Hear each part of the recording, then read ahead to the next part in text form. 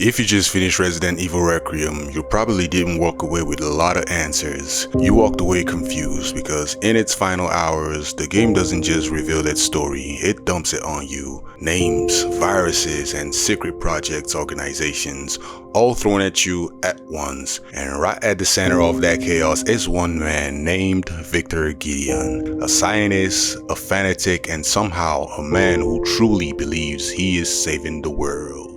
Before we start, a little reminder, my channel is still small, so every like and subscription really goes a long way and helps the channel grow. Thank you. Unlike Albert Wesker, who craved control, or William Birkin, who was consumed by his own ego, Gideon is something far more unsettling. He doesn't think he is evil, he actually thinks he is doing the right thing. And that's what makes him dangerous. Because everything he does, every experiment, every death, every abomination in his mind is a step towards something far greater. Gideon's story begins inside the cold clinical halls of Umbrella Corporation. Born in the early 1970s, he quickly rose through the ranks as one of the most brilliant researchers, eventually working on the infamous Tyrant Project. But unlike most scientists in Umbrella, he wasn't chasing money or power, he was chasing belief. Gideon was a devoted follower of Oswald E. Spencer, the founder of Umbrella, a man who didn't just want to change the world,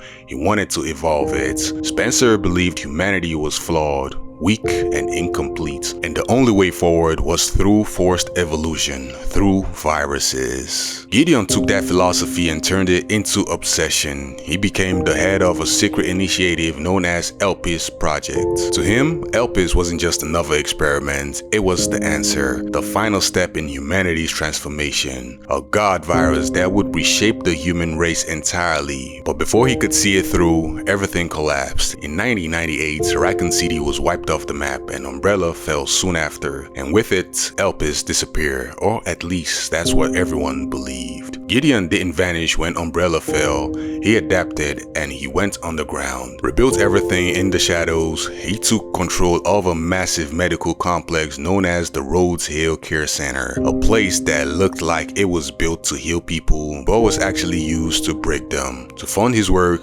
Gideon aligned himself with the Connections, a shadowy syndicate operating behind the scenes of the series. Together, they uncovered something massive, a hidden underground facility buried beneath the old Raccoon City orphanage, a place known as the Ark, and inside it was the last remaining sample of ELPIS. At this point, there was just one problem. The ELPIS sample was locked behind a genetic security system, and there was only one way to access it, a woman named Grace Ashcroft. While searching for Grace, Gideon turned the Rhodes Hill facility into a nightmare. Behind closed doors, he conducted experiments that went far beyond anything Umbrella had ever done before. He discovered that survivors of Raccoon City weren't truly free from the virus. It had stayed inside of them, dormant and waiting to mutate years later, killing them without warning. He tried to bypass the Ark's security by creating clones of Grace, but every attempt failed, each one ending in unsustainable, grotesque mutations. He then went on to test his virus on over 100 unclaimed patients, people with no families, no records, and no one to look for them.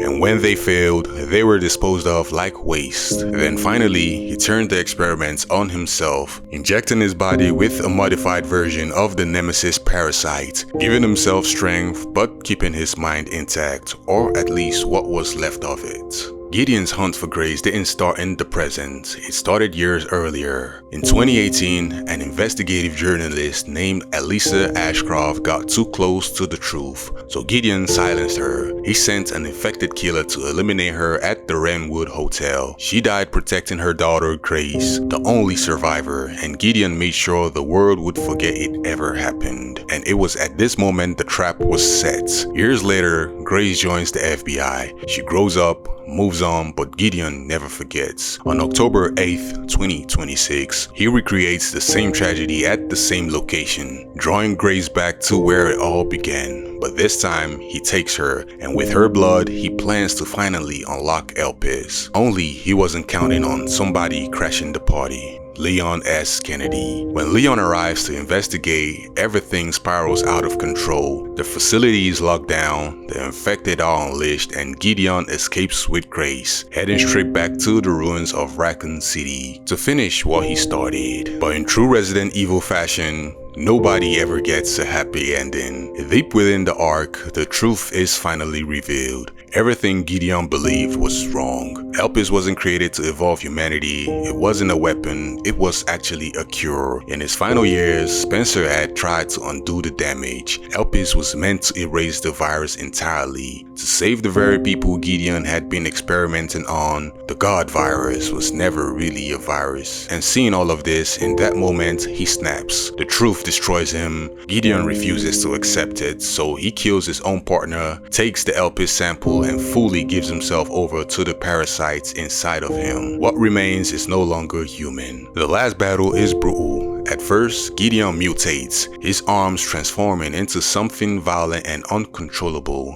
Then he becomes something else entirely, a towering, grotesque mass of flesh and rage, a reflection of everything he believed in, everything he destroyed. It takes everything Leon S. Kennedy has to bring him down, and when Gideon finally dies, he dies the same way he lived, chasing a lie, believing in a future that never existed. Victor Gideon isn't just a villain, he was a warning, because the most dangerous people aren't the ones who know they're evil, it is the ones who believe they're trying to save the world.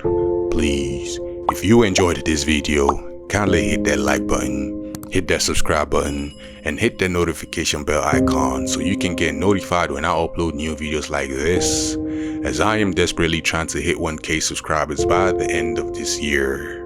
And until next time, peace and love. Incredible.